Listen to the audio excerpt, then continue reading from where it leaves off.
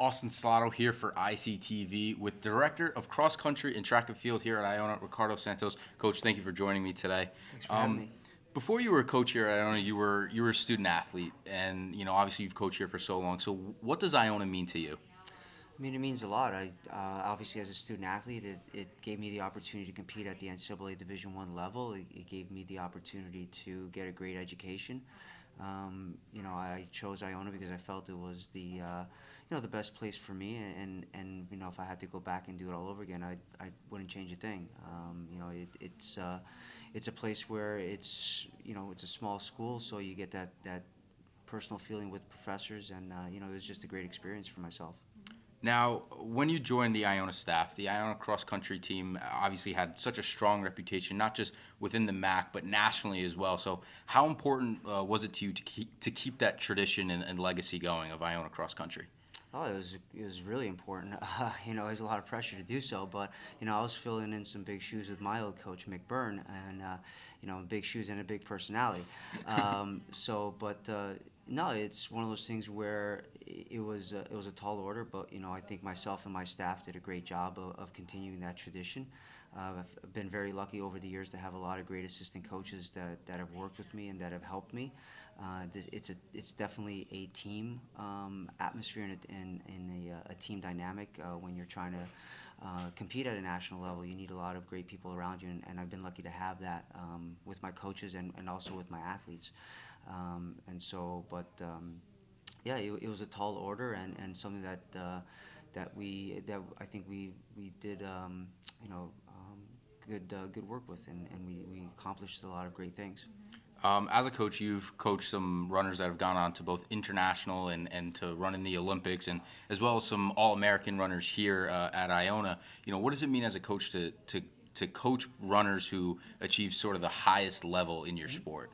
Yeah, I think my biggest goal is always to be to coach people at the highest level, and college athletics is one of those steps to getting to the world stage. And we've had a lot of All Americans and like you said, a lot of them, a lot of runners that have gone on to the international stage with Rosie Clark and Leonard Career and Maya Rayberg, Kate Avery, Heidi Gregson, who's now Heidi C. So we've had a lot of success. Anna Baumeister as well. And we've had a lot of All Americans along the way, and just knowing that I've had a small part in their progression and in their success is means a lot. They're the ones that did the hard work. They're the ones that continued on and really dedicated their life to it. The ones that were here and they were all Americans, they made a lot of sacrifices while they were in college. So, just being a small part of that is very fulfilling, and I'm very happy that they were able to achieve those successes. Now, last Friday night, as we talked about a little bit before, you were honored during halftime of the Iona Manhattan game. Being out there at center court in front of such a large crowd, and your student athletes joined you at center court. What was going through your mind, and what were your emotions during that? It was bittersweet. It's sad to be leaving Iona. It has meant a lot for me since I was a freshman 23 years ago. But it's always going to be a part of me, and I'm not going to be far away. So I know I'm going to be coming back and watching, the current student athletes compete. I'll be watching the student athletes that I've recruited this year that will be freshmen next year compete, and the ones in the future. Iona is going to always have a special place in my heart, and I'll always be a Gale. And I'll always be, supporting the program and the athletic department and the school in general. It's just going to be from a little bit of a distance from now on. Now, as you mentioned, you'll be heading up to Boston to join the Boston Athletic Association. What will you be doing there?